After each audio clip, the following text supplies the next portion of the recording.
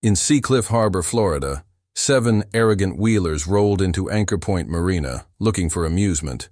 They found Captain Sarah Mitchell. Instead, they saw a quiet charter boat operator. They didn't see her 20 years of submarine command. They didn't see her classified deep-sea missions. They didn't see what was coming. What happened next would sweep across coastal communities like a tidal wave. A viral video showing how one woman transformed a gang of reckless wheelers into guardians of maritime safety, but the footage didn't tell the whole story. This isn't just about a former submarine commander who humbled 7 troublemakers in 3 minutes. This is about how that moment launched a movement. This is about how rivals became allies. This is about how one stand against maritime bullying changed countless lives. Before we dive deeper, tell us where you're watching from. And if this story touches you, make sure you're subscribed, because tomorrow we've saved something extraordinary for you. The salt breeze carried the scent of fish and diesel fuel across Anchor Point Marina as Sarah Mitchell secured the mooring lines of her charter boat. Second wind. Her movements were precise, measured, born from decades of naval discipline. Her graying hair was pulled back in a tight bun, her captain's cap worn with quiet authority. Nothing about her suggested anything more than a local fishing guide in a busy Florida harbor. Martha Reeves watched from the bait and tackle shop, wiping down fishing rods she'd been organizing for the past 10 minutes. After 3 years of having the captain slip next to her shop, the older woman had learned to read the subtle signs, the way Sarah's eyes constantly scanned the waterline, how she always positioned her boat for quick departure, the slight tension in her shoulders when unfamiliar vessels approached the marina. Need another rod.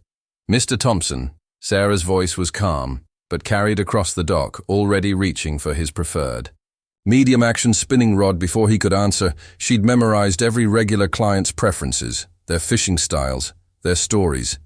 Mr. Thompson came every Wednesday, at dawn ordered the half-day near-shore trip, and always used the same rod. Set up, you're a blessing, Sarah. Mr. Thompson smiled, his weathered hands testing the drag just the way you showed me. A young family occupied the benches near the fish cleaning station, the children feeding pellets to the resident pelicans while their mother checked weather reports. Sarah noticed the woman's life jackets already staged by their rental boat, ready for quick access. It was the kind of detail most people wouldn't notice, but Sarah wasn't most people. The rumble of powerful engines cut through the morning calm. The sound of high-performance boats approaching at unnecessary speed changed the atmosphere instantly. 7 members of the Storm Runners recreational boat gang powered into the marina, their massive wakes rocking the moored vessels. Their leader, known simply as Razor, piloted a gleaming 42-foot center console and carried himself with the aggressive confidence of someone used to intimidating others. On the water, Martha's hand moved toward the radio behind the counter. Sarah gave her the slightest shake of head. Not yet. Well, what do we have here? Razor's voice boomed across the dock. Looks like we found ourselves a cozy little spot for some entertainment, boys. The other boaters tensed. Mr. Thompson's hands gripped his rod tighter. The mother by the fish cleaning station quietly gathered her children's pellet bags. Don't leave on our account, one of the Storm Runners called out. We're just here to make some friendly conversation. Sarah continued adjusting the fenders on her charter boat. Her movements unhurried but precise. She tracked the wheelers' positions in the reflection of her boat's polished hull. Razor at the fuel dock, his second in command blocking the main pier, the others spreading out, in a pattern that spoke of practiced intimidation. Hey there, Captain Quiet. Razor's voice carried across the water. Already need your slip pulled in over here. We got some real boats to dock.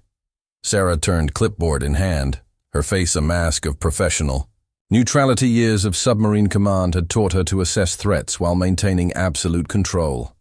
Every instinct honed through countless classified missions was now focused on protecting the civilians in this small marina.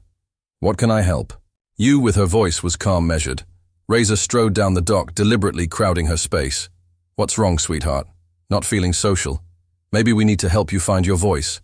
The mother with her children tried to edge past toward the parking lot. One of the Storm Runners moved to block their path. Please step aside. Sarah's voice carried an authority that made several heads turn. It wasn't the voice of a charter captain anymore. Razor's eyes narrowed. "Or what you going to make us, sweetheart?" Sarah set down her clipboard, her movements deliberate. "Sir, these people are trying to leave. I suggest you let them pass." "You suggest?" Razor laughed, but there was an edge of uncertainty in his voice. Something in Sarah's stance had changed, subtle but significant. "You don't know who we are, do you?" "I know exactly who you are," Sarah replied. "The question is, do you know who I am?" The tension at the dock reached breaking point. Razor reached for Sarah's arm, his fingers barely brushing her sleeve before everything changed. Razor's grip never found its target. Sarah's movement was fluid, economic, a redirect that left the larger man stumbling backward into his own fender. The professional calm never left her face, but her posture had transformed. Gone was the quiet charter captain. In her place stood someone entirely different. "That's one mistake," Sarah said, her voice carrying the same tone she'd used commanding nuclear submarines. "Let's not make another Razor's second in command." A lean man with a shark tattoo on his neck stepped forward. "Boss something. Ain't right about this one." The way she moves, the mother and her children had reached the parking lot protected by Sarah's positioning. Mr. Thompson sat very still, his veteran's instinct recognizing a fellow service member. Martha watched from the bait shop phone in hand, but her finger hadn't dialed yet. She'd seen that look in Sarah's eyes before. "Nobody makes a fool of me in my marina." Razor snarled, lunging forward with a shove that would have sent most people flying into the harbor. Sarah wasn't most people. She redirected his momentum like she was steering through Arctic currents, letting him stumble past her, his designer boat shoes squeaking on the wet dock. "Your marina." Sarah's voice remained measured. "This port belongs to the community. These people you're threatening, they're not your targets. They're my responsibility." Two more storm runners moved to flank her. Sarah adjusted her stance slightly, keeping all opponents in view. Her breathing remained steady. Hands relaxed at her sides. The training that had kept her alive through 2 decades of submarine command was about to serve a different purpose. "Who the hell are you?" Razor demanded, real uncertainty creeping into his voice. "Someone who's given you 3 chances to walk away." Sarah's eyes tracked every movement. "You won't get a 4th. The shark-tattooed wheeler reached for something in his pocket. Sarah moved with the precision born from years of crisis management. In underwater vessels, a simple wrist lock, applied with perfect control, left him kneeling, his switchblade clattering harmlessly across the dock. "That's 2. Sarah counted calmly. Razor watched his lieutenant neutralized by this seemingly ordinary boat captain. Something shifted in his expression the first crack in his intimidating facade submarine command. Mr. Thompson spoke up, suddenly, recognition lighting his eyes. "The way you handle yourself. You were sub-command, weren't you?" The marina fell silent. Razor looked between Mr. Thompson and Sarah, reassessing everything he thought he knew about this confrontation. 20 years. Sarah confirmed quietly. "Now I run fishing charters instead of running submarines. But some things don't change, like protecting people who can't protect themselves." The remaining storm runners looked to Razor for direction, their usual playbook shattered by this unexpected revelation. "You think being some Navy hotshot makes you better than us?" Razor's words carried less conviction. "Now, no," Sarah replied. "I think choosing to protect rather than intimidate makes someone better. It's a choice you could make too." Martha finally set down the phone, moving to stand near Sarah. "I hired her 3 years ago," she announced to the silent marina. "Best slipholder we've ever had, not because she can handle trouble, but because she tries to prevent it first." Red and blue lights began flashing in the parking lot. Someone had called the harbor patrol, but Sarah knew the next few moments would determine more than just today's outcome. "Your crew is watching," she told Razor quietly. "Right now, you have a choice. Come off as the tough guy who got put down by a charter captain, or as the leader who was smart enough to recognize when a situation needed to change." Razor looked at his crew. Then at the patrol boats approaching the marina, security cameras blinked silently overhead. Recording. "Everything stand down," he ordered. Finally, "We're leaving, boss." The shark-tattooed man looked confused. I said, "Stand down." Razor's voice carried authority. But something else too, the first hint of reflection. As the storm runners powered up their engines under the watchful eyes of harbor patrol, Razor paused at the helm. "This isn't over," he said, but the threat had been replaced by something closer to curiosity. "You're right." Sarah agreed. "It's just beginning." Martha started brewing fresh coffee as the patrol officers took statements. The regular clients looked at Sarah with new eyes, but she had already resumed checking her fishing gear. Her movements once again those of a simple charter captain. Mr. Thompson shook his head in wonderment. "All this time, we thought we were just getting good fishing tips. We never knew we had a guardian angel in a captain's cap." "Not an angel," Sarah corrected gently.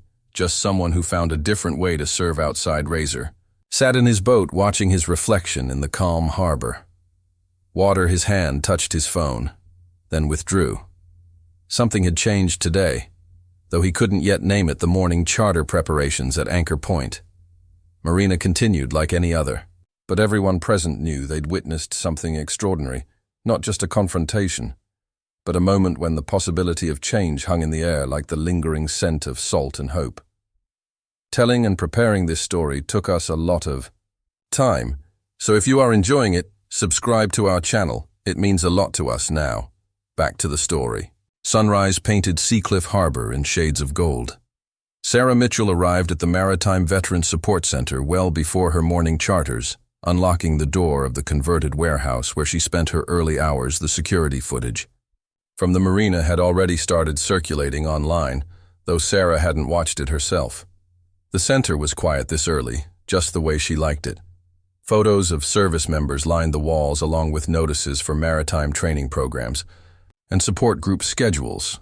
This was her other life, the one where she didn't have to pretend to be just a charter captain. Diana Walsh's truck pulled into the parking lot right on schedule. The center's coordinator stepped out carrying 2 thermoses, and a concerned expression saw the video. Diana said, handing Sarah a coffee. "Half the town's talking about it."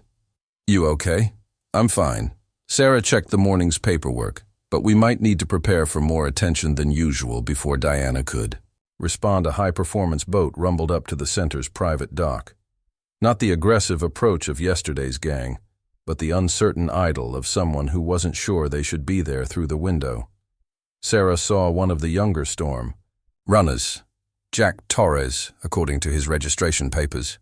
"We're not open yet," Diana called out, but Sarah held up a hand. "Let him come in." Jack entered cautiously, his designer boating clothes marking him as one of Razor's crew, but his body language spoke of internal conflict. Dark circles under his eyes suggested a sleepless night. "Captain," he addressed Sarah using her naval rank. "I need to talk to you." "I'm not a captain anymore," Sarah replied. "Just Sarah is fine. The thing is," Jack glanced at Diana, then back to Sarah. "Razor's different this morning. Never seen him like this. He's got a daughter, Emma, 14 years old. She saw the video, called him crying, asked him why he was acting like the bullies who harass her at school." The morning sun streamed through the center's windows, catching the salt spray in its beams.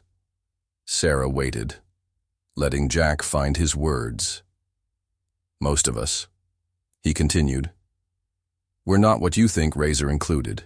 We just lost our way somewhere."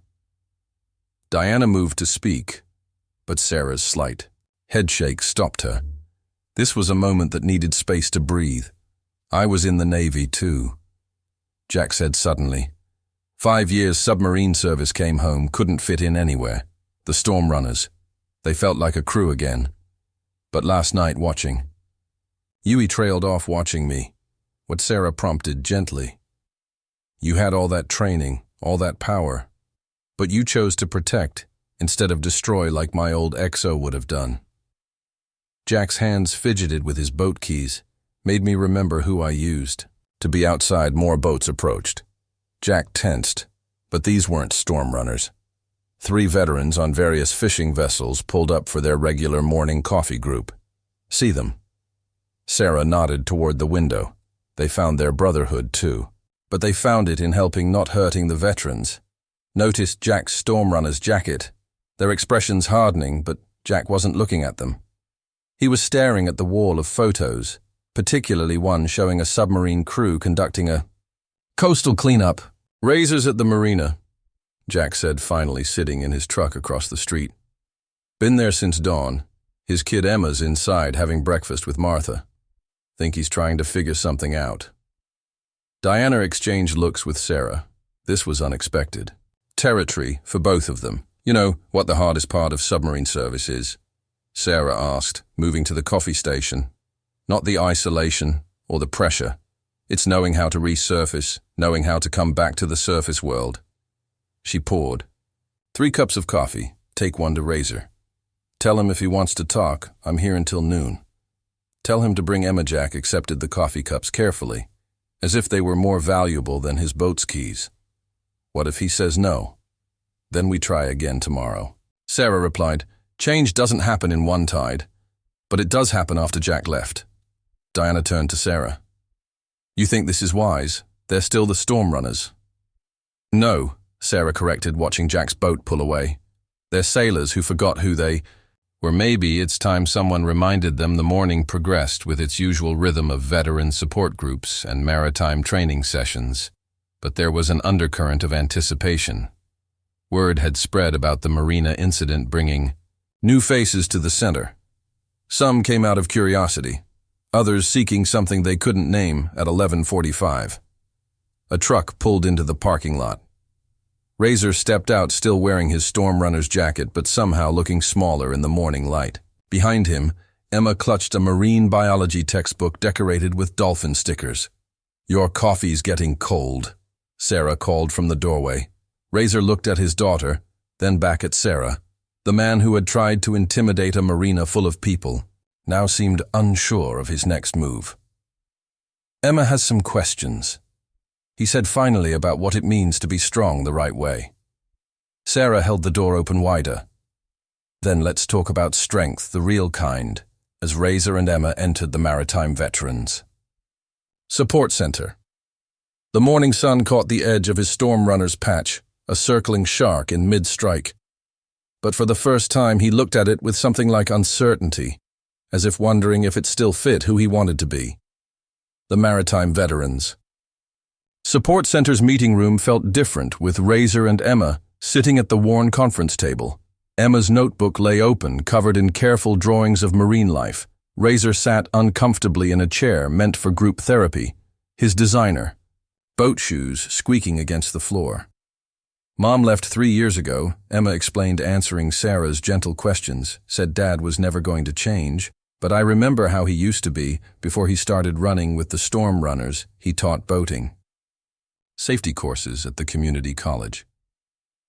Razor's jaw tightened, but he let his daughter continue. This was the first time he'd really heard her perspective on what their life had become. "Tell me about the safety courses," Sarah prompted, noting how Razor's expression softened at the memory. He was good at it. Emma's voice carried pride. "People used to say he was the best instructor they'd ever had. Then the college cut the program, and she trailed off looking at her father, and I got bitter." Razor finished. "Started running with people who made me feel powerful instead of useful." The door opened as Diana brought in coffee behind her. Jack Torres and 3 other Stormrunners hovered uncertainly in the hallway. Sarah nodded, inviting them in. "Your guys have been waiting outside for an hour." Sarah told Razor might as well let them hear this too. The Wheelers filed in, taking seats around the table. Emma continued sketching, adding details to her marine life drawings, while the adults talked most of us served. Jack spoke up. Razor was Navy, like me. Pete over there was Coast Guard. Mike was Maritime Academy. We all struggled after leaving the service. The Stormrunners gave us structure.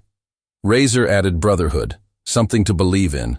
Didn't matter that it was the wrong something. Sarah stood moving to the wall of photos she pointed to, one showing her submarine crew conducting a rescue mission in rough seas. See this mission. We saved a fishing crew that had lost power. 3 other boats had passed them by, but our crew couldn't do that. Our training meant we had responsibility. Emma looked up from her drawing like the marine rescue teams. She said suddenly Dad used to volunteer with them. You taught me about their signals. Remember the... Room fell silent as her words sank in. Razor looked at his daughter's drawings with new understanding. The marine life wasn't just swimming. It was working together, creating patterns of protection. Maybe that's what we need to be, Jack suggested quietly. Not storm runners anymore, something new before anyone could respond. Raised voices came from the front office. Diana went to check, returning with a concerned expression. We've got protesters. She reported some of the local boat owners there saying, we're harboring troublemakers. Razor started to rise, anger flashing in his eyes, but Sarah's quiet voice stopped him. What would a rescue team do? He sank back into his chair, thinking a rescue team would prove them wrong. He said finally, not with intimidation, with action. Emma tore a page from her notebook, sliding it across the table to Sarah. The drawing showed boats forming a protective circle, but now there was text beneath it. Coastal guardians protecting and serving. Dad used to protect others. She explained, teaching. People helping them. Maybe the storm runners could do that, instead of scaring people. Razor picked up the drawing, studying it. The man who had tried to intimidate a marina full of people just yesterday now looked at his daughter's artwork like it held the answers he'd been seeking. It won't be easy. Sarah cautioned, the community won't trust you overnight. You'll have to earn it, wave by wave, like training a rescue team. Razor nodded as many times as it takes. The protesters' voices faded as they dispersed, but their presence had sparked something. The wheelers around the table sat straighter, as if feeling the weight of potential change. I still know all the safety courses, Razor said slowly, and some of our guys are mechanics, good. Ones we could help veterans who need boat repair train. New maritime rescue volunteers. Jack finished teach maintenance classes, give them something productive to focus on. Diana, who had been quietly observing, finally spoke. The center's been trying to start a veteran maritime support program, never had the expertise to get it running, until now. Sarah added, meeting Razor's eyes. Emma beamed, adding final touches to her guardian design. See, Dad, you can still be a leader, just leading towards something good this time. The morning light had shifted, casting long shadows across the conference table where Razor had entered. Looking uncertain, he now sat with purpose. The other wheelers leaned forward, engaged in discussion about logistics.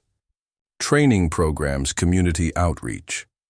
First step, Sarah announced, is showing Seacliff Harbor that you're serious about change actions, not words. Razor stood his decision, made Jack get the word out. Meeting at the clubhouse tonight.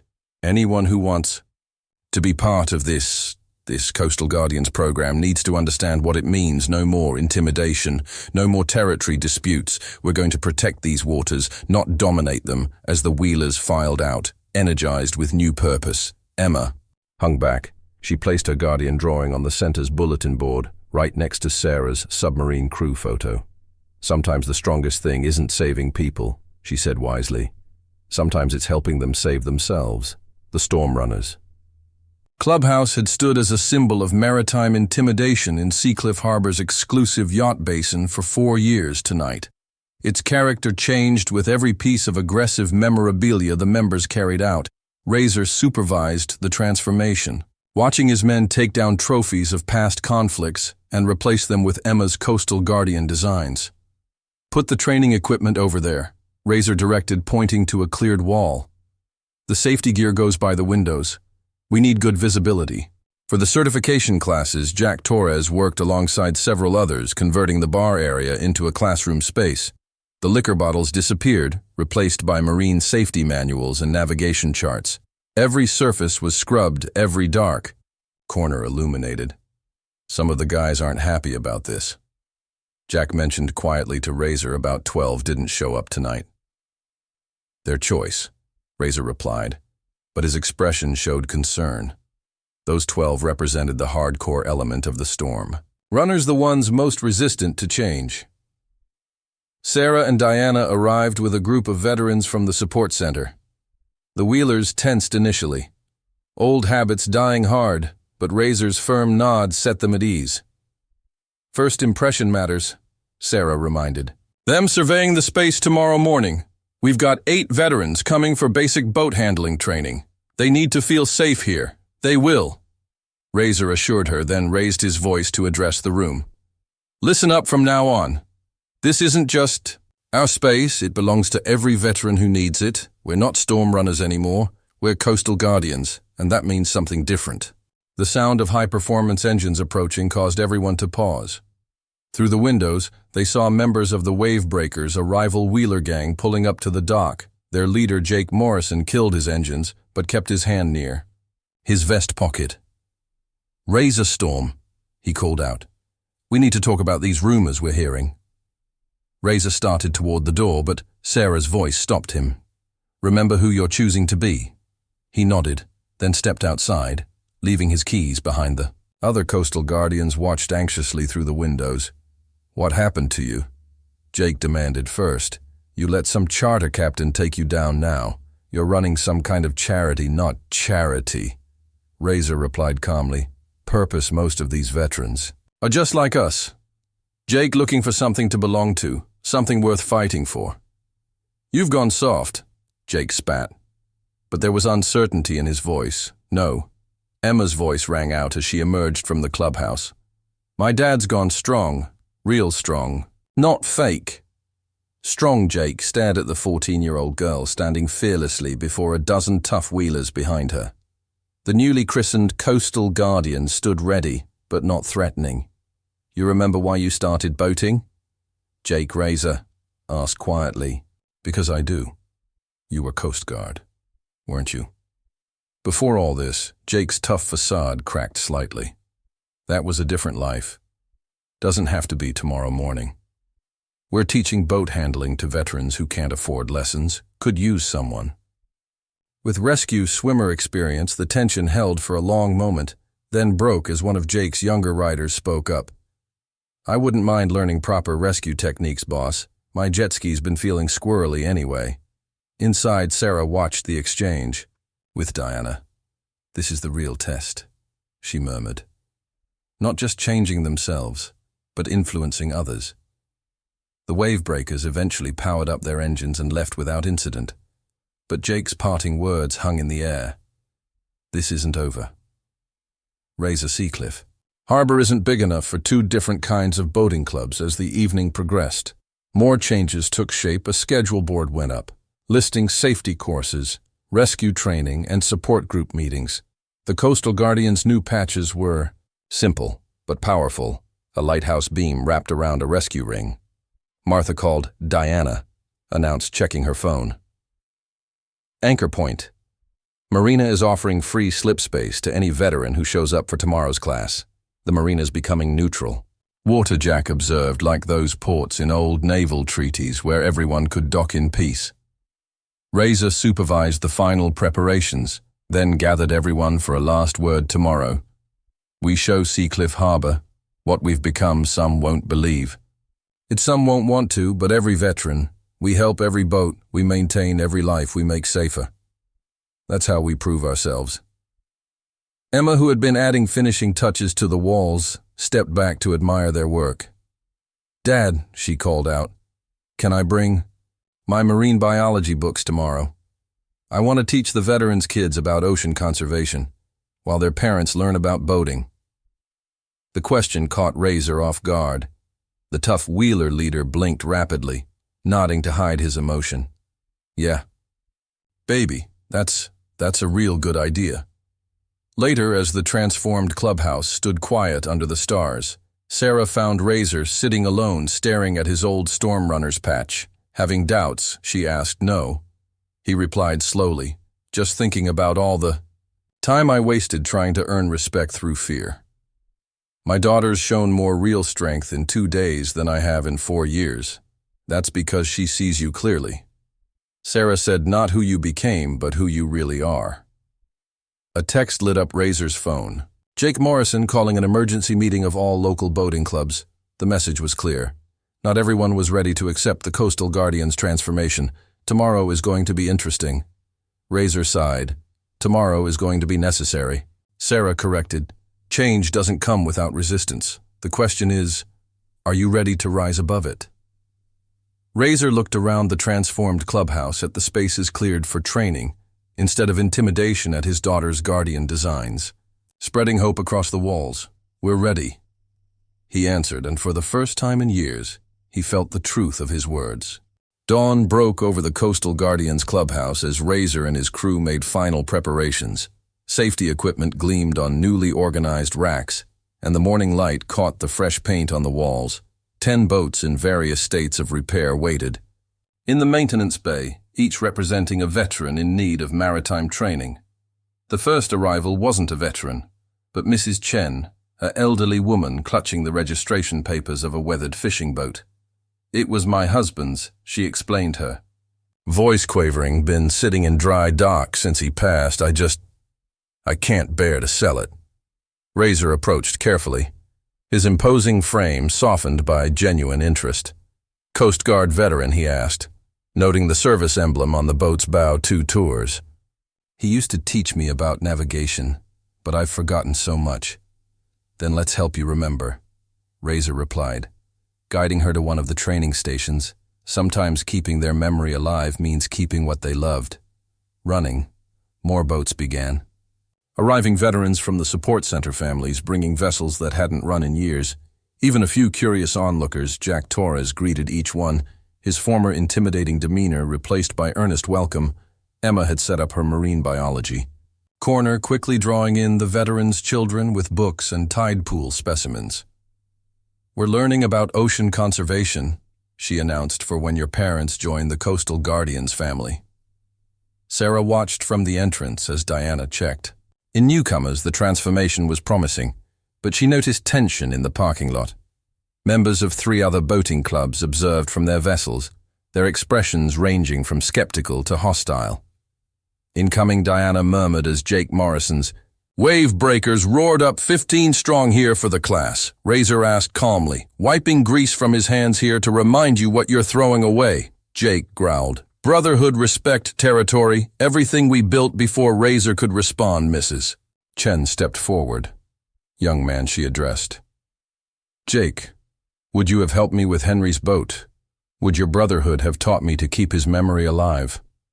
Jake faltered, caught off guard by the elderly woman's directness. Inside the first maintenance, class was underway. Razor moved between workstations, his expertise evident. As he guided veterans through basic repairs, the atmosphere shifted from tense to focused. The shared work building unexpected bridges. See this bilge pump? He showed a young, female veteran.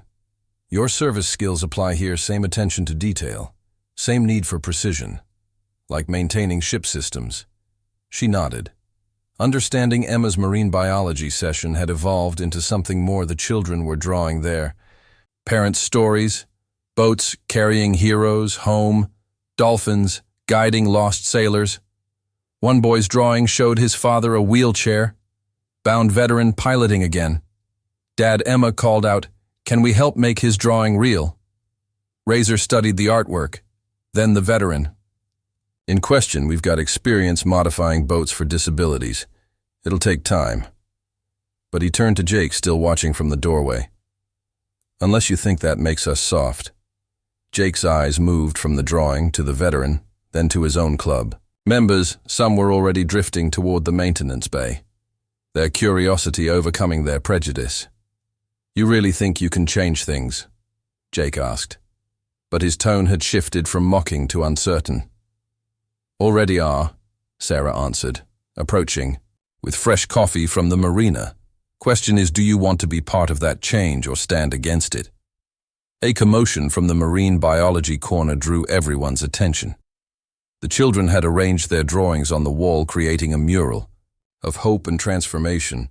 Veterans and wheelers alike stood silent, seeing their stories through innocent eyes. You know what?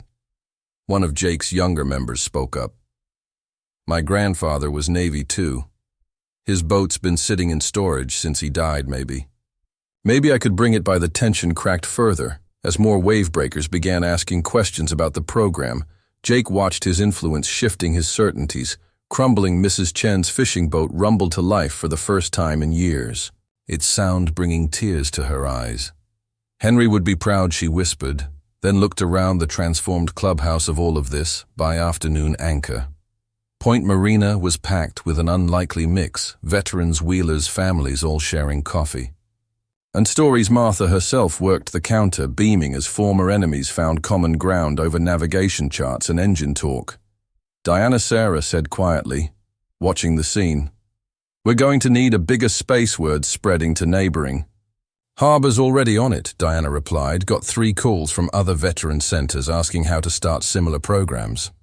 Razor overheard them as he refilled his coffee. "The Wave Breakers clubhouse is bigger than ours," he mused. "If Jake comes around one step at a time," Sarah cautioned, "change has to be earned." Not forced outside, Emma sat with Jake's teenage son teaching him about marine ecosystems.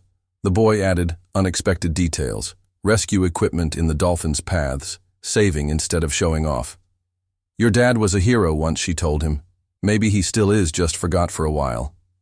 Like my dad did Jake watching from his boat finally killed his engines." Razor, he called out about that safety class, got room for a few more students. The Coastal Guardians had survived their first real test, but bigger challenges loomed. News vans were pulling up outside Anchor Point Marina, drawn by the story of transformation change, was coming to Seacliff Harbor, ready or not. News cameras clustered outside the Coastal Guardians clubhouse, drawn by the unlikeliest story in maritime history. Inside, Razor faced his greatest challenge, yet not confrontation but conversation. Local reporters wanted interviews, and the former gang leader struggled to find the right words. "Just tell them the truth," Sarah advised, watching him adjust his life vest for the 5th time. "No fancy speeches, no prepared statements, just why you changed." Before Razor could respond, the clubhouse door burst open. Mark Wilson, a wheelchair-bound veteran they'd been working with for weeks, piloted in on his newly modified boat controls. "It works," he announced. "The adaptive steering you guys installed. I sailed for the first time since my injury." The news crews captured the moment as Mark described his first time back on water. Razor's nervousness about the interview faded as he explained the modifications. They'd made his expertise and passion shining through. "This is what the Coastal Guardians are about," he told the cameras, "not just fixing boats, fixing lives, helping heroes find their way back to the water." In the background, Jake Morrison watched with his teenage son, both still wearing Wave Breakers gear, but spending more time at the Guardian clubhouse than their own. The boy had become a regular at Emma's marine biology sessions, his drawings showing boats bridging divides instead of marking territory. "Your old man's different," Jake commented to Razor during a break in interviews. "Never thought I'd see you on the news talking about hope instead of raising hell." "You're here, aren't you?" Razor replied. "Something's different about you, too." Diana arrived with news from the Veteran Center. 3 more clubs from neighboring counties called. They want to know how to start their own programs, and the Harbor Master's office reached out. "They're offering us the old Coast Guard station building for expansion."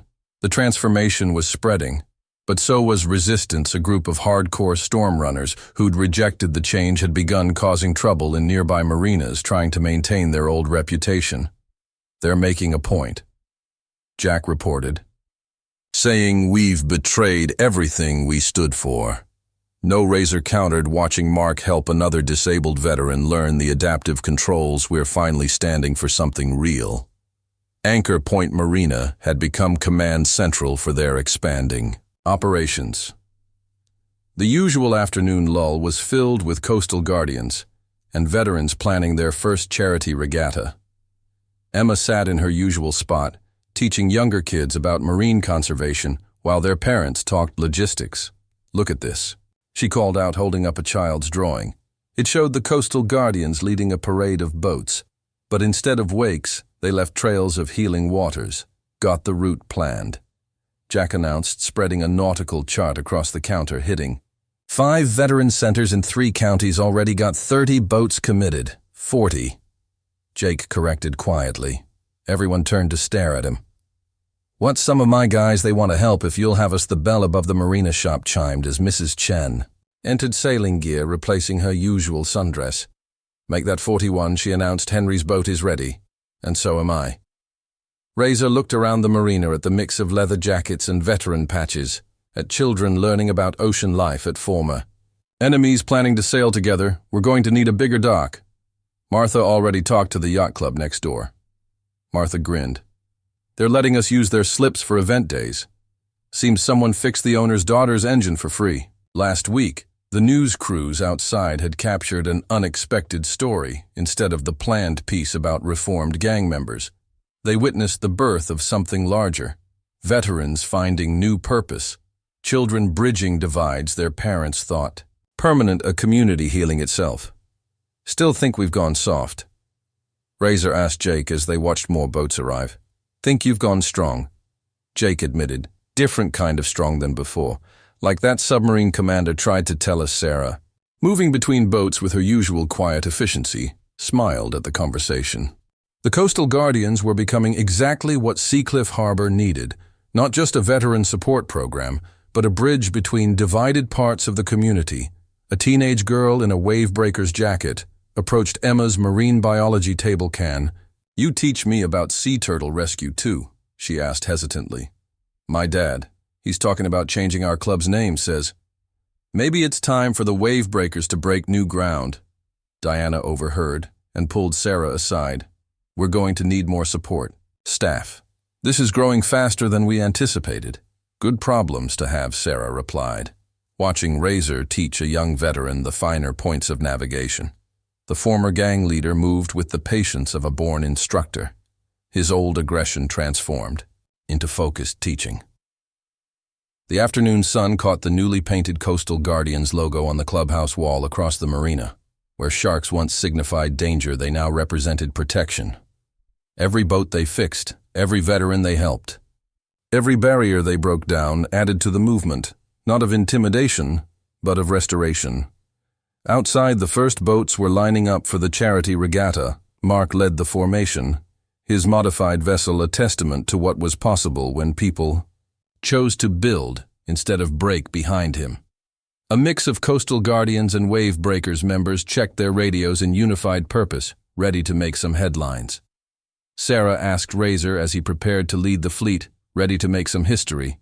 He answered, watching his daughter coordinate a marine life exhibition for their return, the kind Emma can be proud of.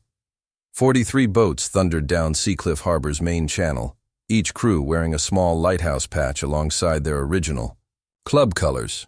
Mark led the formation on his adapted boat, followed by Razor and Jake sailing side by side. The charity regatta had drawn more support than anyone expected, but it had also drawn attention from those who preferred the old way of life.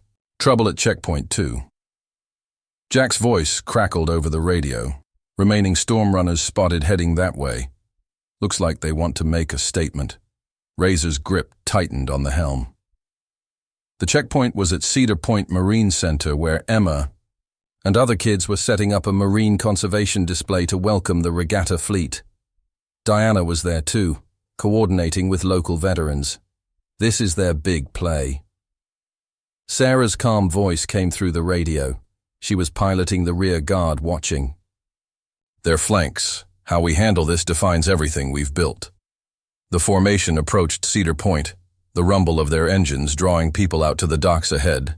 A group of high-performance boats blocked the channel, the hardcore element that had rejected the Coastal Guardians transformation. Dad Emma's voice on the radio. "The family's here. They're asking if they should call the Marine Patrol." Razor clicked his radio.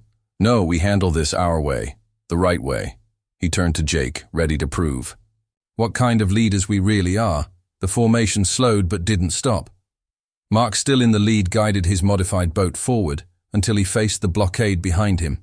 Coastal Guardians and Wave Breakers members moved in perfect formation there.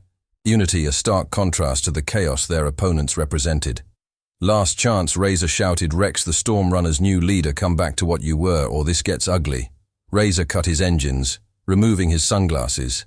Jake followed suit, the two former rivals now stood together, facing their past. Look behind you. Rex Razor called out those kids back there. They're learning about marine conservation while you're out here playing pirate, those veterans. They're learning to trust the water again. That's not weakness. That's the strongest thing I've ever been part of. Rex gunned his engines, the roar echoing across the water. Pretty speech, but we've got 20 boats here saying you don't pass. Count again, came a new voice. Mrs. Chen piloted through the Guardian formation, her husband's restored fishing boat gleaming behind her. More vessels appeared, veterans from 3 counties, retired Coast Guard officers, even some of Rex's own people, who'd had a change of heart. Your kids, Drew, this Mrs. Chen told Rex and his crew, holding up artwork from Emma's class.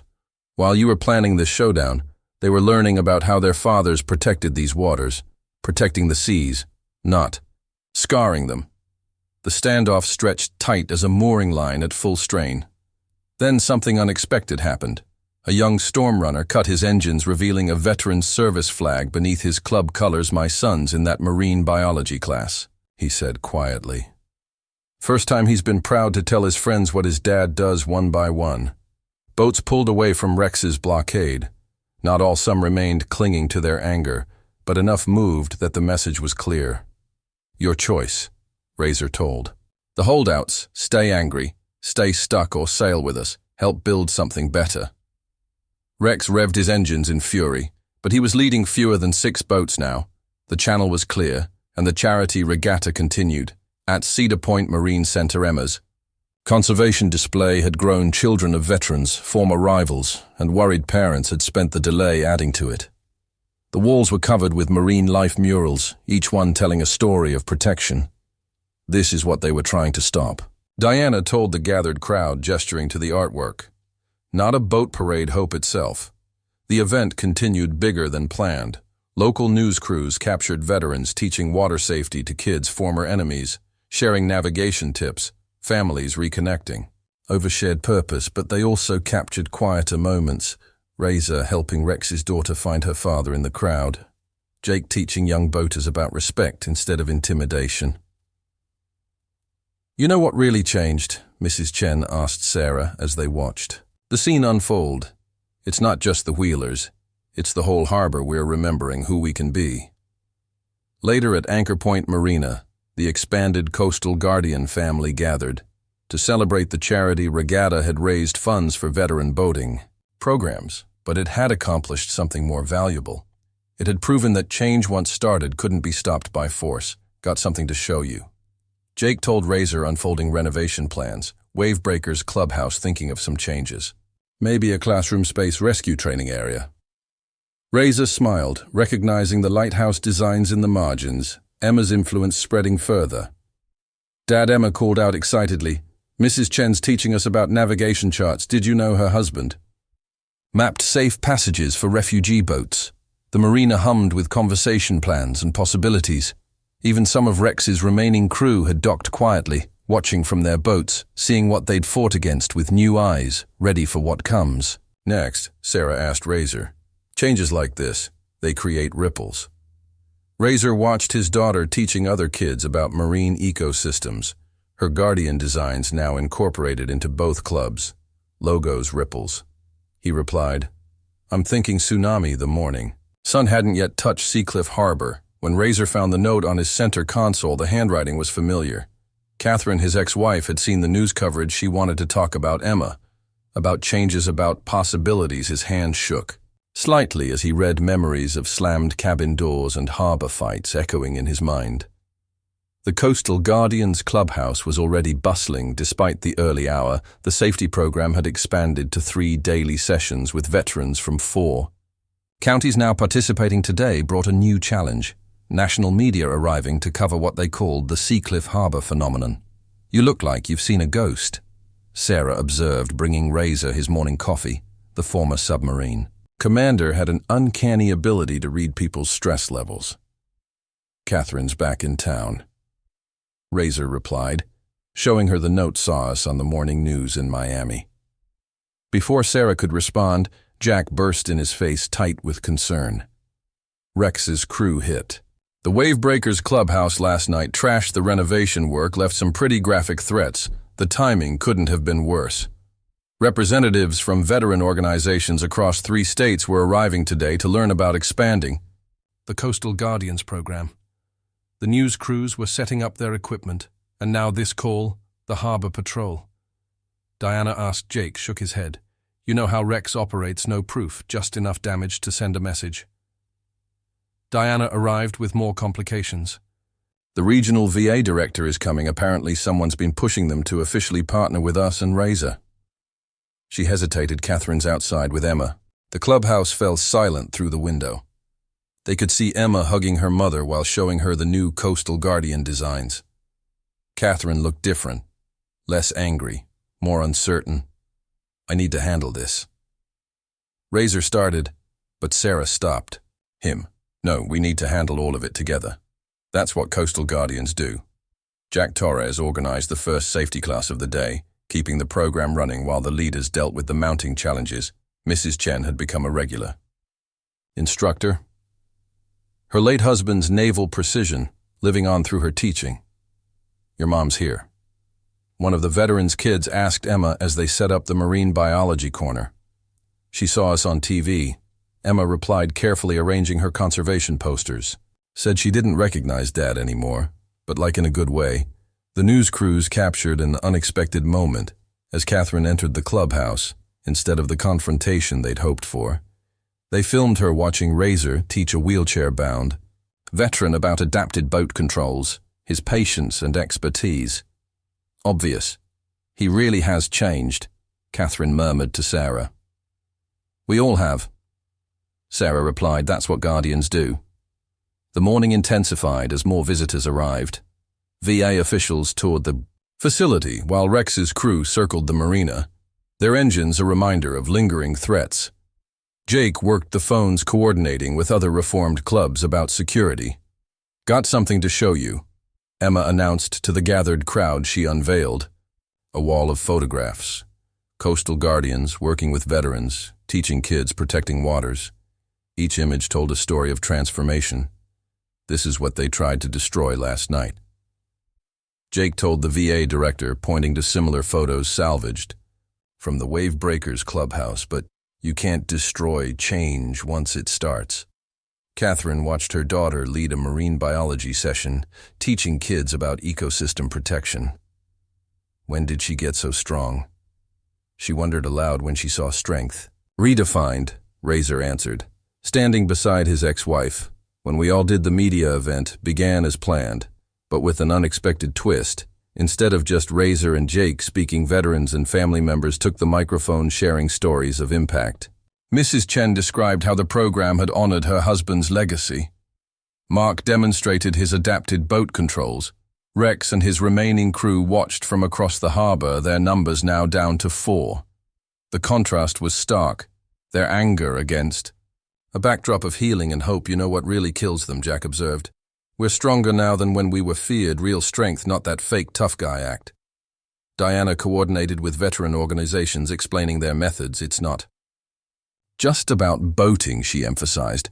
It's about building bridges, healing divided communities through shared purpose. The day's tensions peaked when Rex finally made his move, roaring into the marina with his remaining loyalists. But instead of the chaos he'd planned, he found himself facing not just Coastal Guardians and Wave Breakers members, but dozens of veterans, family members, and community leaders standing united. You look tired, Rex Razor said quietly. Tired of fighting against hope? There's still room for one more Guardian. Rex's face twisted with conflicting emotions behind him.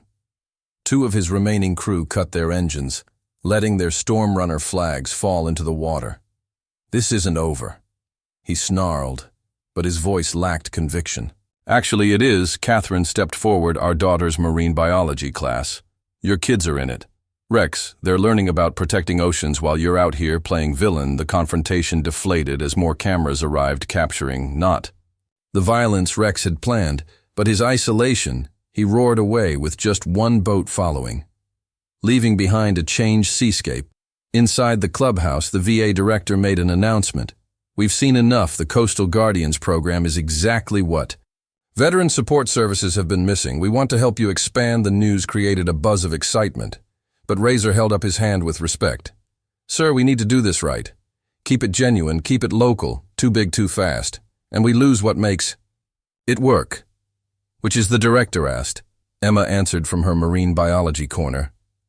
Heart. You can't franchise Heart.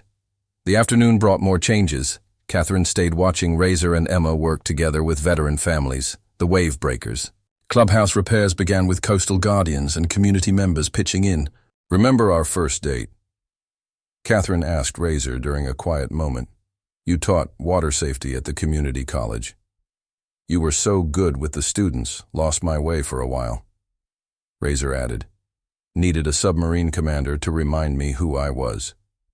Sarah overheard and smiled, continuing to monitor radio channels with her usual quiet efficiency. The national media had tried to make her the star of the story, but she kept pointing them toward the veterans, the families, the real transformations. Anchor Point Marina had become an unofficial Coastal Guardians auxiliary, with Martha herself, coordinating support services from behind the counter, got 3 more clubs calling. She reported 2 from Georgia, 1 from South Carolina, all wanting to learn tell them to send representatives next week. Diana suggested we'll do a proper training program, show them. It's not just about changing patches, it's about changing hearts. As evening approached, the transformed clubhouse hosted an informal gathering veterans. And boaters shared stories over coffee, and Mrs. Chen's homemade seafood chowder children proudly displayed their marine conservation projects, each guardian rising from personal challenges overcome. Stay, Razor said quietly to Catherine, not for me. For her, he nodded toward Emma, who was teaching boat safety to a group of veterans kids, her explanations peppered with marine biology facts. Catherine watched their daughter, seeing strength she'd never noticed before. She's going to change. The harbor isn't. She already has, Razor replied. We just had to be worthy of following her lead. The day ended with a new tradition, a sunset patrol led by Mark on his adapted boat. Coastal Guardians, Wave Breakers members, veterans, and family supporters followed their navigation lights, cutting through the gathering dark like hope-piercing despair. Jake pulled alongside Razor at a channel marker. Rex won't quit. He warned men like him. They don't know how to let go of hate. No, Razor agreed, watching Emma ride safely between them on the Marina's safety boat, her marine biology books in the cabin, but hate sinks, hope floats back at the clubhouse. Sarah found Diana reviewing the day's developments. Think we can handle this growth? Diana asked. Not alone, Sarah replied, but we're not alone anymore. The night settled over Seacliff Harbor, but the Coastal Guardians clubhouse stayed lit, a beacon for those seeking change inside. Catherine helped Emma hang new artwork while Razor trained another veteran on adapted controls. The Wave Breakers' renovated clubhouse glowed across the marina. Its own guardian rising tomorrow would bring new challenges, new opportunities for growth or conflict. But tonight, in this transformed space, the future felt as bright as the hope in Emma's latest drawing, a lighthouse beam rising not from storms, but from joined hands reaching seaward Anchor Point. Marina buzzed with activity despite the early hour. Representatives from 10 boating clubs filled the docks, their jackets displaying a variety of guardian patches. The regional conference was Razor's idea, a way to ensure the program's growth stayed true to its roots. Check this out, Emma called from her usual corner, now dubbed the Marine Lab by regulars. She'd created an orientation packet for new chapters, each page illustrated with marine life rising from different challenges. Veterans with PTSD, families dealing with lost communities, healing divisions. Every story had its own guardian. Catherine, who'd extended her stay in Seacliff Harbor, watched her daughter with growing pride. She gets her teaching skills from you, she told Razor. Remember that first safety class you taught? Feels like a lifetime ago, Razor replied. But his eyes showed appreciation for the memory. The man who had once led through intimidation now moved through the crowded marina, offering guidance, support, and his hard-earned wisdom about transformation. Sarah worked her usual morning shift, quietly observing the changes. While monitoring radio channels, Diana had set up a command center at the dock office, coordinating with VA officials about expanding the program nationally. Got a situation. Jack Torres interrupted, his face tense. Rex was spotted at the old Storm Runners hangout. He's called in some hardcore cases from out of state. Looks like he's planning one last stand. The news rippled through the marina. The visiting club representatives straightened, old instincts rising, but Razor raised his hand for calm. This is exactly the test we need, he announced. Not just for us, but for every chapter watching how we handle it. We're not those people anymore. Jake, now fully committed to the Guardian program, stood beside his former rival. Already got calls from 3 of Rex's out-of-state contacts. They saw our veteran programs and want to learn more.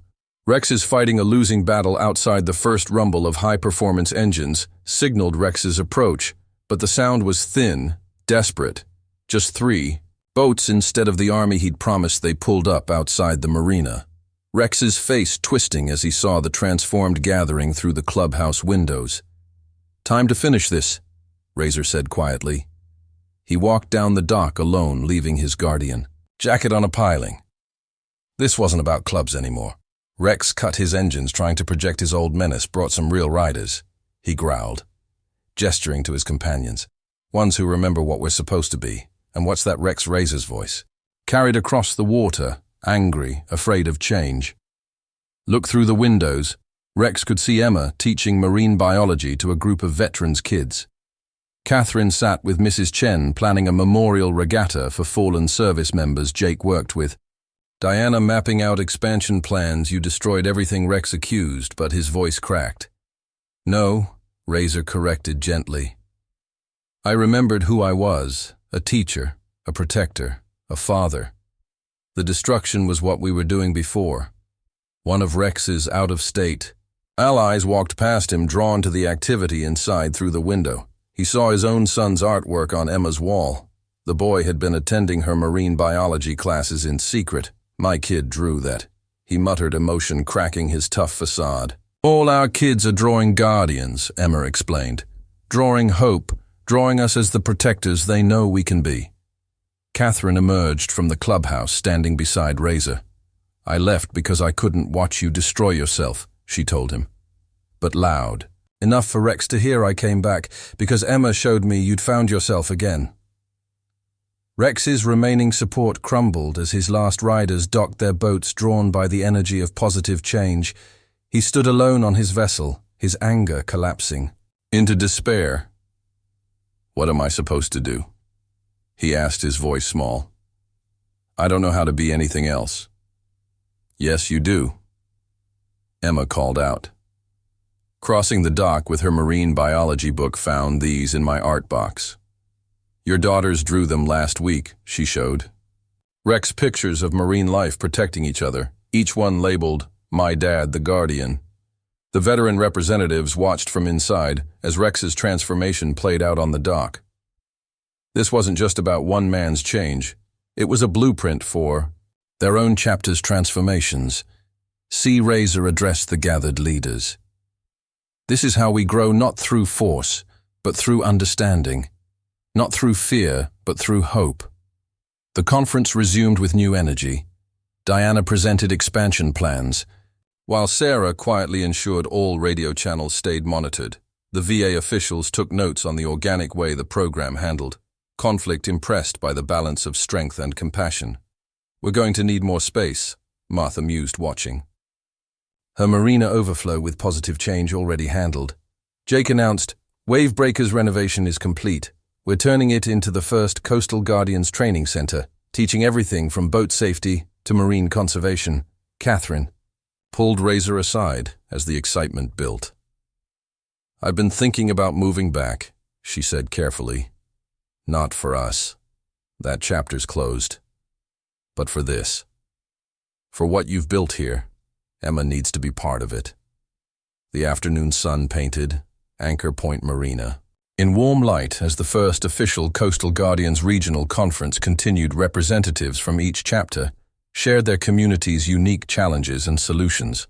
Veterans spoke about finding purpose, families discussed healing. Rex sat in a corner, Slip, his daughter studying marine biology, beside him, his face showing the first hints of peace, the man who had fought. Change, the hardest, was finally letting his own guardian rise. "You know what really changed?" Mrs. Chen asked Sarah, as they watched the scene unfold. Not just the boaters, not just the veterans. The whole harbor remembered how to hope Razor stood at the center of it all. No longer a gang leader, not even just a coastal guardian. He had become something more, a symbol of what was possible when people chose protection over destruction. The day ended with a sunset patrol. Dozens of boats gliding down Seacliff Harbor's main channel. But this time they weren't announcing their presence with intimidation. They were celebrating rebirth, renewal, and the endless possibility of rising again. Emma rode beside her father, her marine biology equipment secured in the cabin.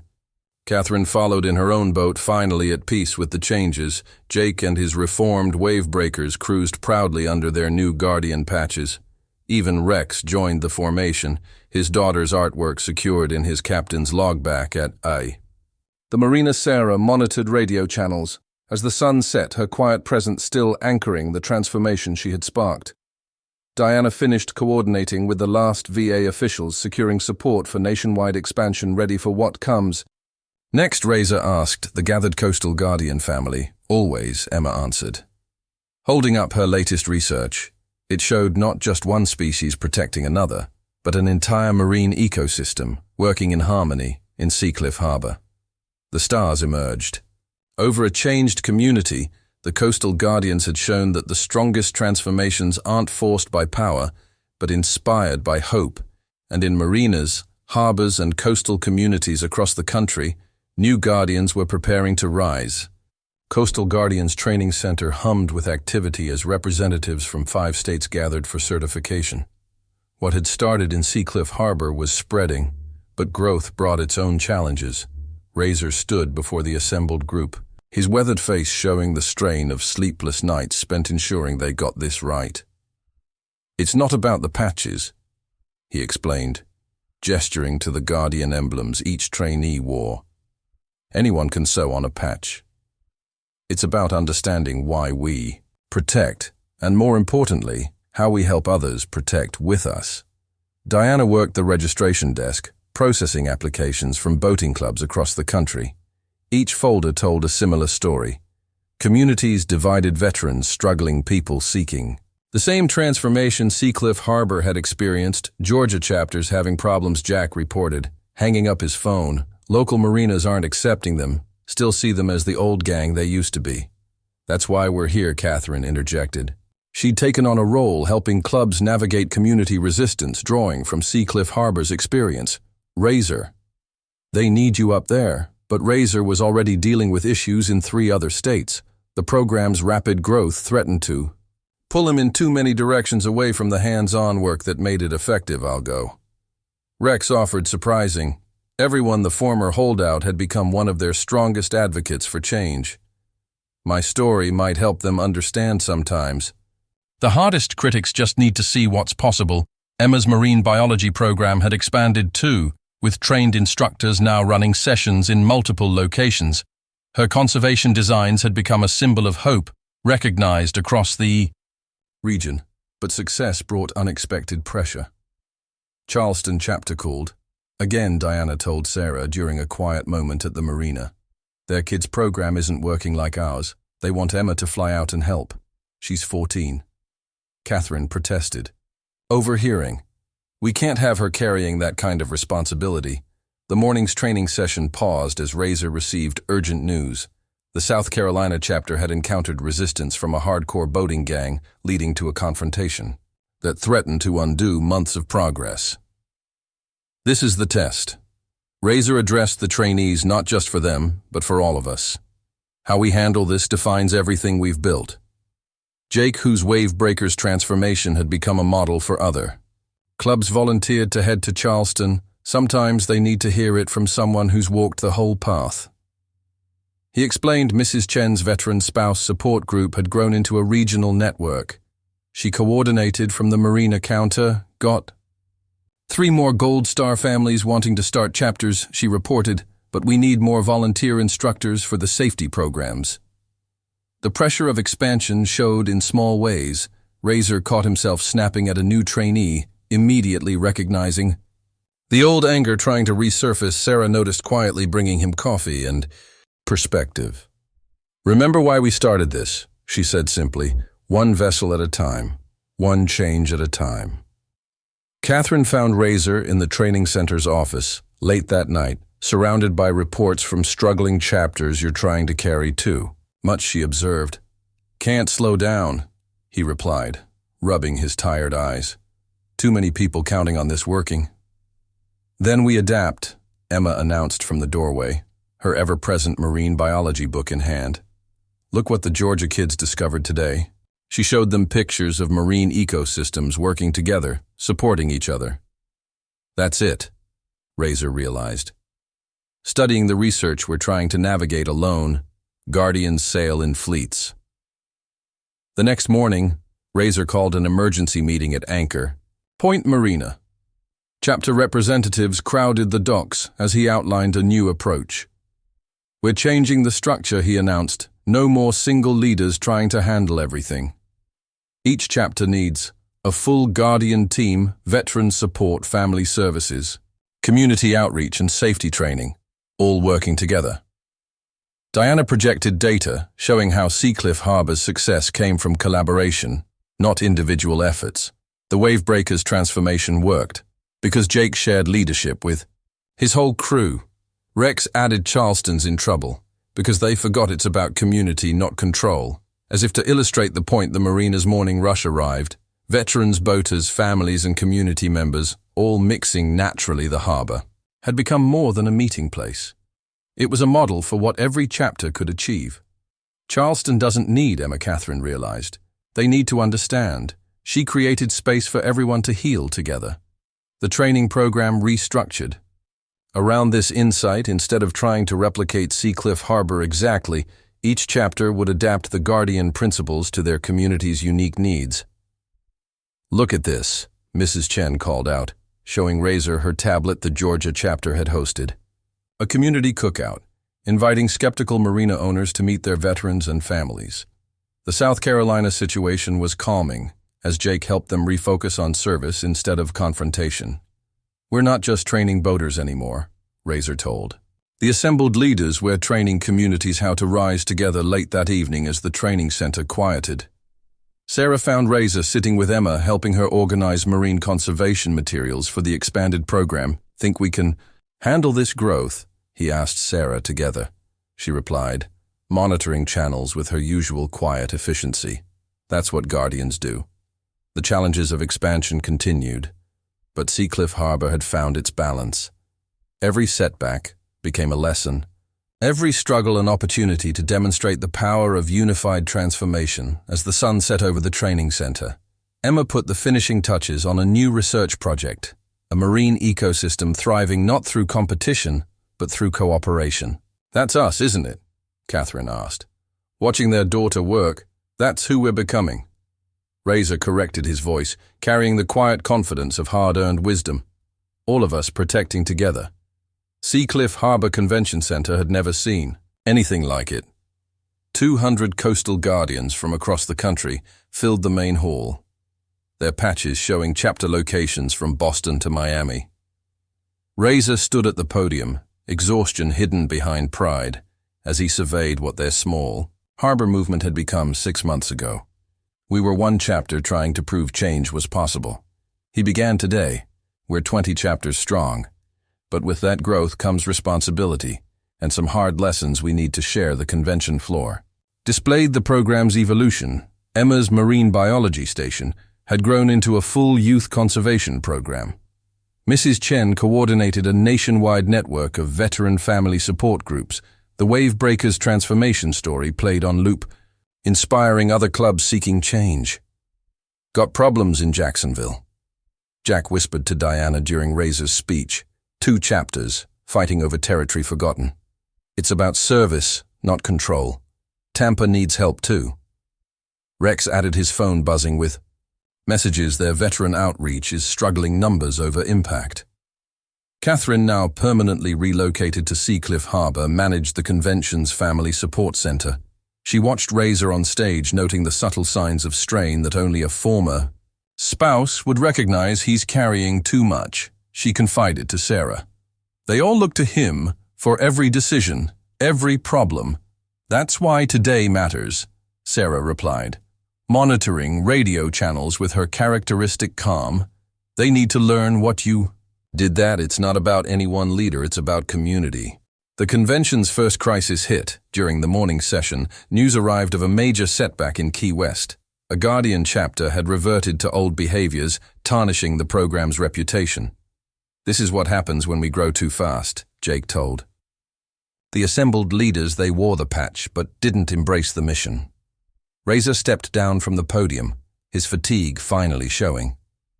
I should head to Key West. He started, but Emma interrupted. No. Dad, show them. Your presentation first. She pointed. To his notes about Seacliff Harbor's journey, they need to understand why we succeed, not just hear you fix their problems. The convention hall grew quiet as Razor shared their story. Not of quick fixes, but of steady transformation he spoke about. Rex's resistance and redemption, about Jake's wave breakers choosing a new path, about a community learning to protect together. Look at this. Mrs. Chen called out. During a break, she displayed messages from across the coast, veterans finding purpose. Families healing communities, bridging old divides. This is what happens when we focus on impact over numbers. Martha arrived with news from Seacliff Harbor.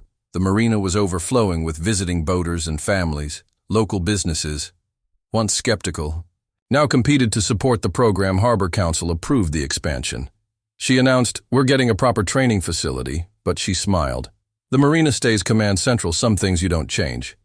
Diana coordinated with chapter representatives, helping them understand the program's core principles. It's not about copying Seacliff Harbor exactly. She explained, it's about adapting our methods to your community's needs. The afternoon sessions revealed both progress and problems. Miami's chapter had successfully integrated with local Marine Patrol. Savannah struggled with maintaining focus on service. Charleston showed promising results with their youth outreach. Tell them about the conservation program. Catherine encouraged Emma, who had become unexpectedly central to the movement's growth. Emma stepped up to the microphone, nervous but determined. Guardian Waters isn't just something we protect, she told the crowd. It's something we live every day when we choose to protect together. Instead of dominate alone, her words hit home. Chapter leaders began sharing their challenges openly, offering solutions from their own experiences. The convention transformed from a presentation into a collaboration. This is what we needed, Razor realized watching the exchanges. Not me having all the answers. Everyone finding answers together. Sarah worked the convention floor, her quiet presence still anchoring the movement she'd sparked. Veterans sought her counsel. Chapter leaders valued her insight, but she continued monitoring channels, leading by example rather than authority. The day's final crisis arrived with news from Key West. The troubled chapter had called an emergency meeting, ready to listen instead of Razor flying down. They patched him in via video, allowing the whole convention to participate in the solution. Remember why we started this. Razor told them, not for power or territory, for transformation, for hope. As evening approached, the convention center hummed. With renewed purpose, chapter leaders exchanged contacts, building support networks. Families shared stories and solutions. Veterans found connections across state lines. Look at your father, Catherine told Emma, as Razor worked with a group of new chapters. He's not carrying it alone anymore. Emma nodded, adding final touches to a mural she'd created for the convention. Dozens of marine species working together, each protecting the other's habitat. The convention's success showed in unexpected ways. Rex and Jake, once bitter rivals, now trained new chapters in conflict resolution. Mrs. Chen's support network had gone digital, connecting military families coastwide. Martha's management model became a template for other chapters' community. Integration. Razor found Sarah at her radio station as the day wound down. You started all this, he said quietly, that night at the marina. No, she corrected, checking channel frequencies. You all started it by choosing to change. I just showed you it. was possible. The convention ended with a sunset patrol, hundreds of boats gliding through Seacliff Harbor, each carrying the promise of transformation back to their communities. Emma watched from the marina, adding the scene to her research notebook. "Think it'll last?" Catherine asked Razor as the last boat departed. He looked at their daughter's latest study, marine ecosystems, thriving through cooperation rather than competition. "As long as we remember why we protect," he answered, "and who we protect for standing together at the dock." Sarah monitored the final radio checks as the transformed harbor settled into evening quiet, ready for what comes next. Diana asked, watching the navigation lights disappear into the gathering dark. "Always," Razor replied. "That's what Guardians do." Watching Emma teach the next generation about the power of protection over dominance in waters that would stay forever changed. The call came at midnight. Razor was reviewing chapter reports when his phone lit up with urgent messages from 3 ports. Opposition to the Coastal Guardians had organized with former gang members and resistant clubs, launching coordinated attacks on chapter facilities. Miami clubhouse vandalized, Jack reported. Rushing into Anchor Point Marina, where their core team had gathered for an emergency meeting. Savannah's Marine Center got hit too. Charleston's facing threats. Razor studied the map Diana had hastily mounted on the marina wall, marking affected locations with red pins. The pattern was clear. This wasn't random. Someone was trying to systematically dismantle what they'd built. Coastal Guardians National Command Center, go ahead. Key West. Diana spoke into her radio. The marina's counter transformed into a dispatch station. Martha worked the coffee maker, silently understanding that in crisis routine brings comfort. "It's worse than vandalism," Jake added, hanging up his own phone. "They're spreading rumors, turning communities against chapters.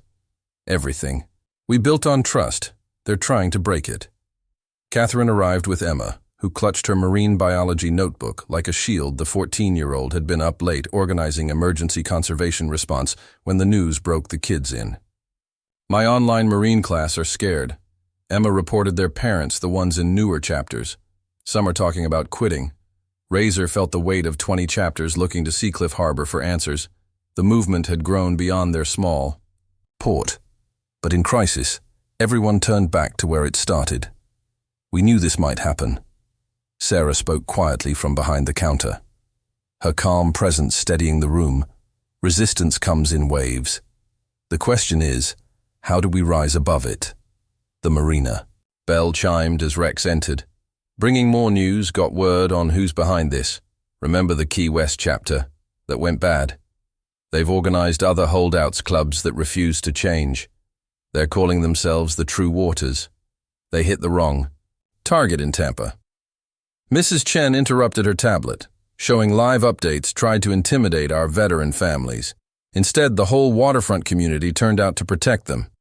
Razor studied the Tampa report. Something important was happening there. Community resistance becoming community resilience. That's it, he realized. We've been building more than just chapters. We've been building communities, Jake. Get every wave breaker contact you've got. Rex, call anyone who ever doubted change was possible. Diana, connect all chapter coordinators. Catherine watched him work, recognizing the leader he'd become. "What's the play?" she asked. "We show them what Coastal Guardians really means." Razor replied, "Not just us protecting everyone, protecting together." The response began at dawn in Miami when the True Waters showed up to continue their intimidation. They found not just Coastal Guardians, but local marina owners, veteran families, and community members forming a peaceful line outside the damaged Clubhouse. Charleston.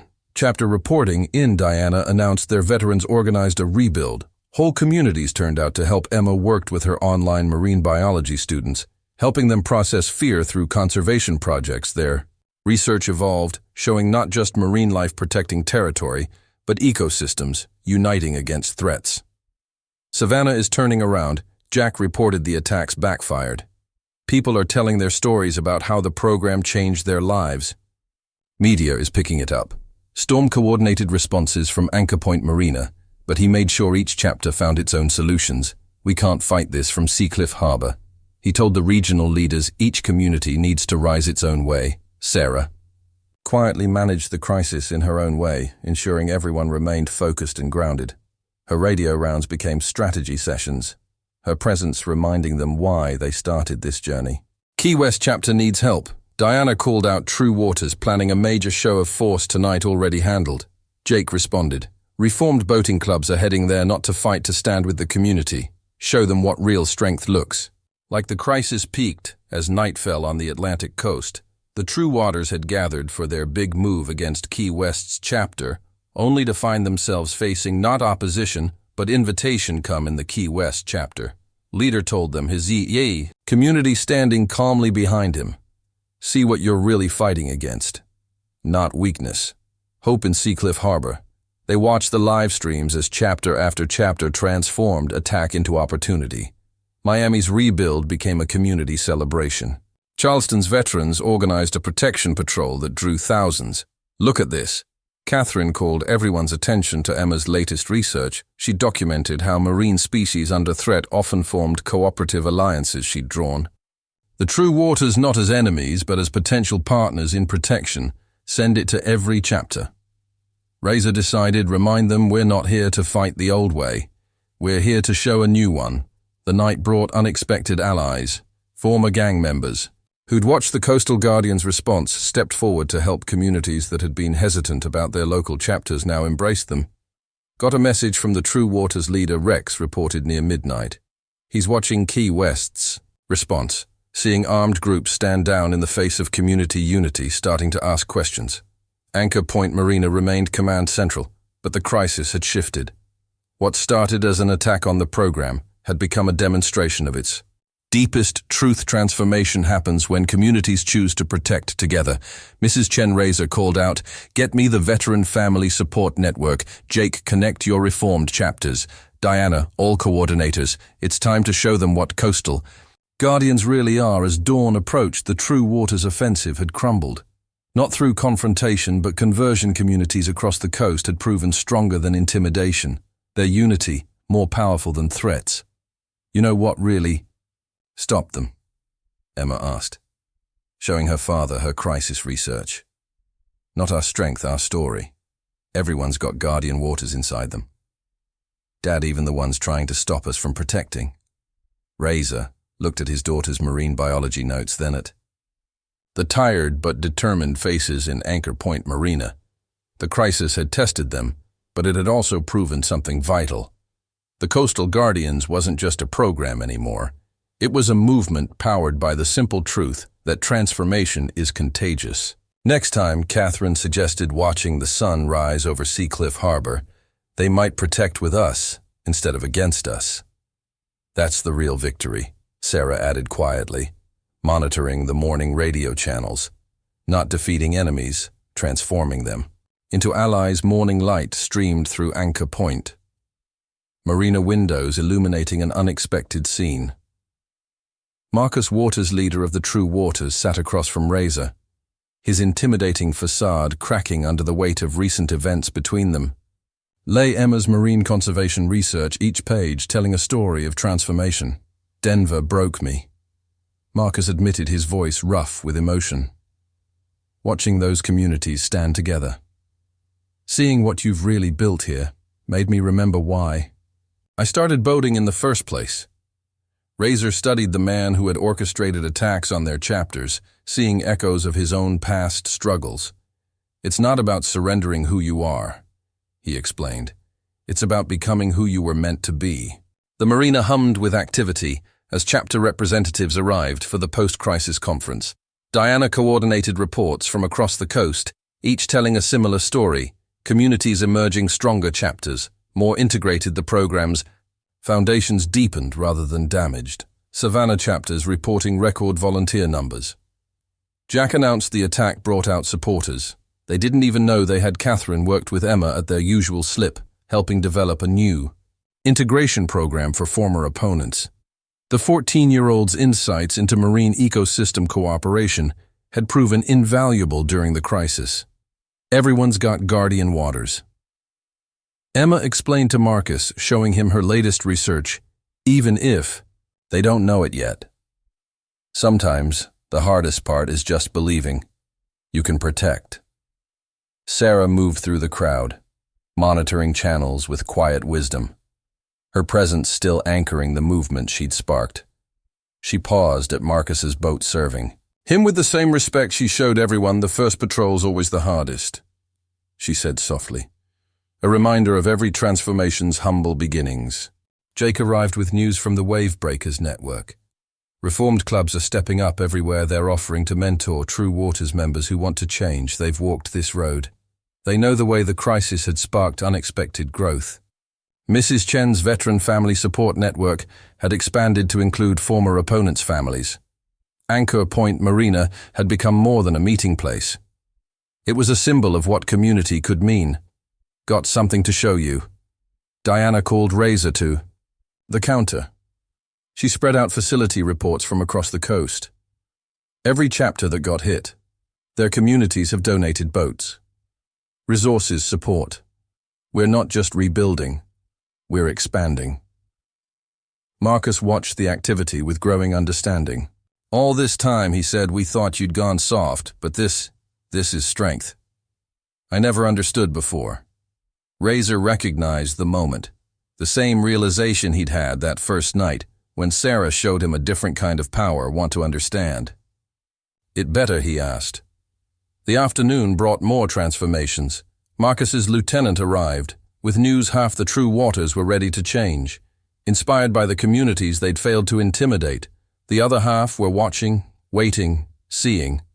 If this change was real, start with one vessel. Razor advised Marcus, one veteran, one family. That's how we did it.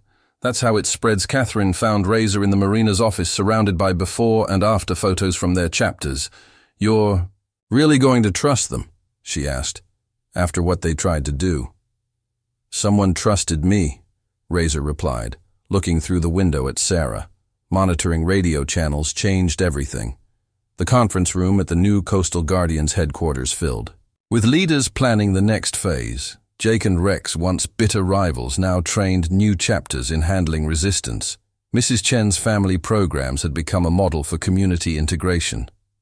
"We're not just teaching boating anymore," Diana observed. "We're teaching transformation itself." Emma worked with her expanding marine biology program, helping kids understand protection through ecosystem study and research. Her conservation designs had evolved, showing not just individual species protecting, but whole marine environments working together.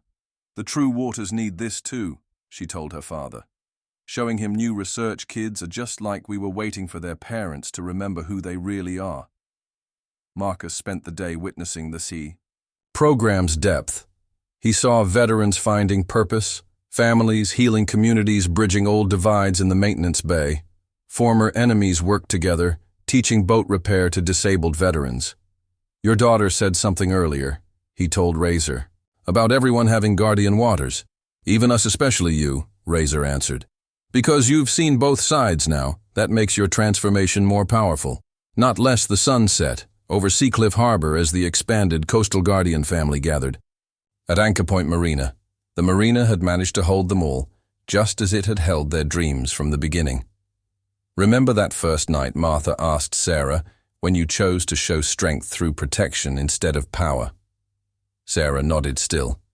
Monitoring channels with the same quiet grace, some lessons need to be lived to be learned. The evening ended with an unexpected ceremony. Marcus removed his True Waters patch, laying it on the counter one by one. His followers did the same, ready to begin their own guardian story. "This won't be easy," Razor warned them. "Change never is nothing worth protecting. Forever," is Marcus replied. Understanding finally reaching his eyes, Emma added a new research project to the marina's wall marine species.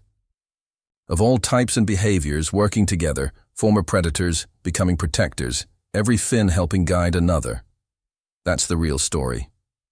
Catherine realized watching their daughter work. Not just that, people can change, but that change itself changes. Everything around it, the crisis had tested their foundations, but proven their truth. The Coastal Guardians had shown that transformation wasn't just possible, it was unstoppable once it began. Ready for what comes next? Diana asked, reviewing expansion plans.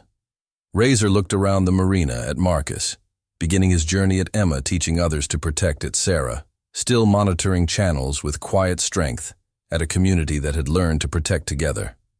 Always, he answered. That's what.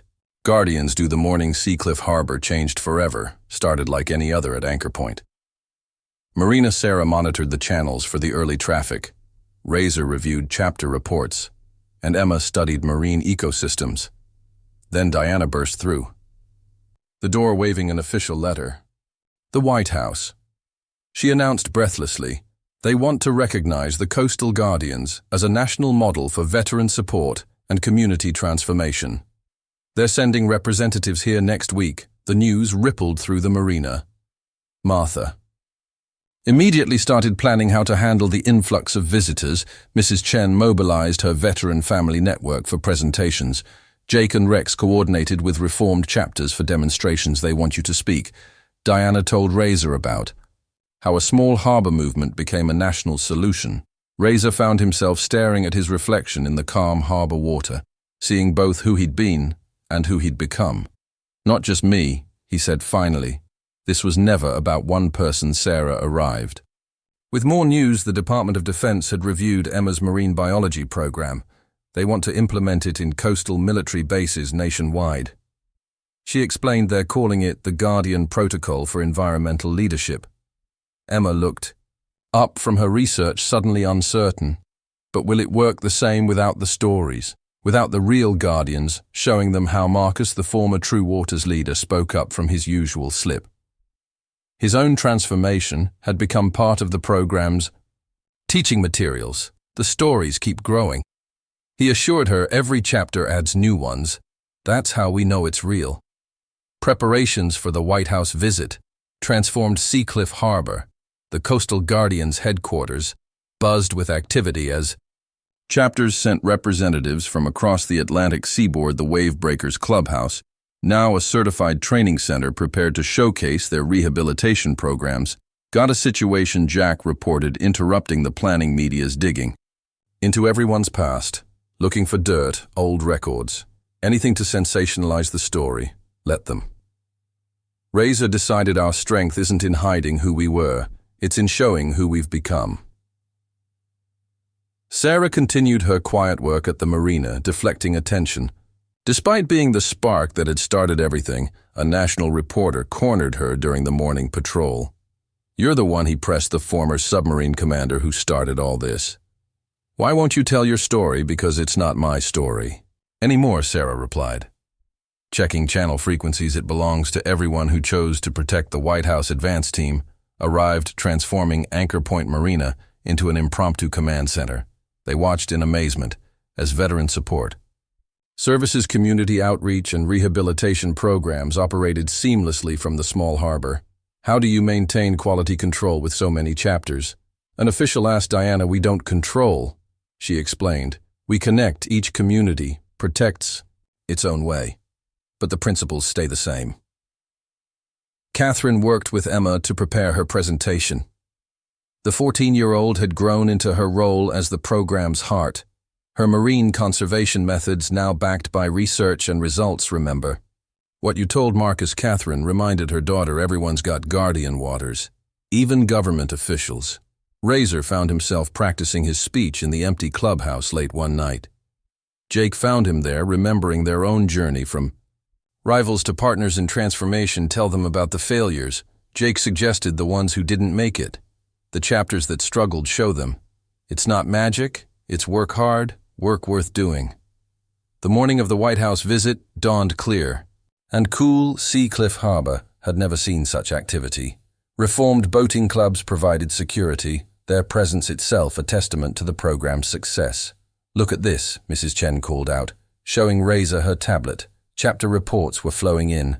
From across the coast, veterans finding purpose, families, healing communities, protecting together.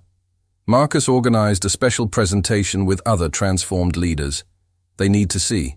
It's not just Seacliff Harbor. He explained this works everywhere because it's about human nature. Everyone wants to protect something.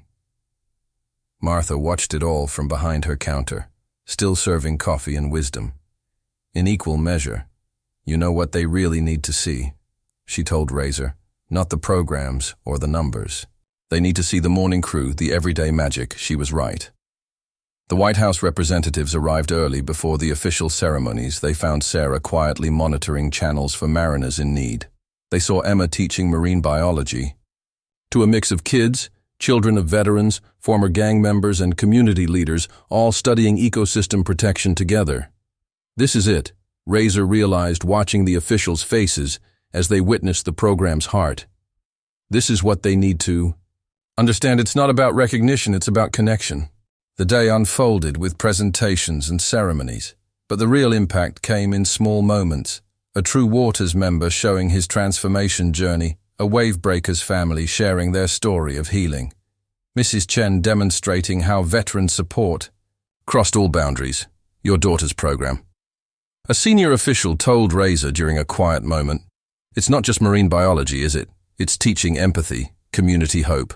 She learned it from watching us learn it." Razor replied, "Sometimes the best teachers are the ones still learning themselves." As evening approached, the official ceremonies wound down. The White House representatives had seen what they came for, and more. They'd witnessed not just a program, but a movement, not just transformation, but transmission of protection. "We came to evaluate a veteran support program," the lead official announced. "Instead, we found a model for national healing Anchor Point Marina filled for its usual evening traffic." The officials amazed to see government representatives, boaters, veterans and families, all sharing coffee and conversation. "This is the real ceremony," Sarah told them quietly, monitoring the evening channels every day, people choosing to protect together. Razor never gave his prepared speech. Instead, he told the story of a quiet submarine commander who showed a troubled boater a different kind of strength, of a daughter who taught her father to see hope in everyone, of a community that learned to protect by helping others.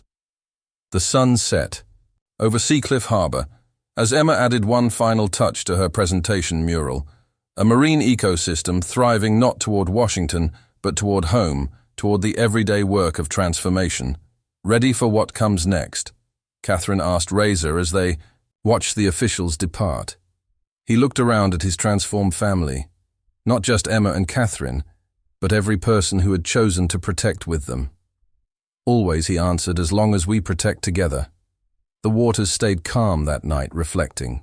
Stars that seemed to shine with renewed purpose for Seacliff Harbor had shown that the strongest transformations aren't forced by power, but inspired by protection, and in harbors and marinas.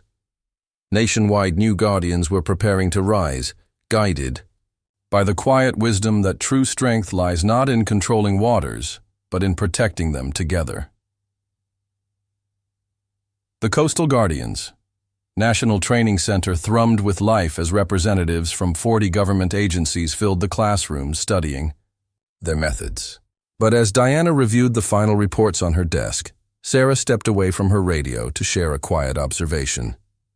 "You know what they missed in all their studies?" she asked, watching new trainees practice rescue maneuvers. "The simple truth that started everything. Protection isn't about power, it's about purpose." Razor stood at the helm of his boat, Emma beside him, teaching another group of kids about marine conservation.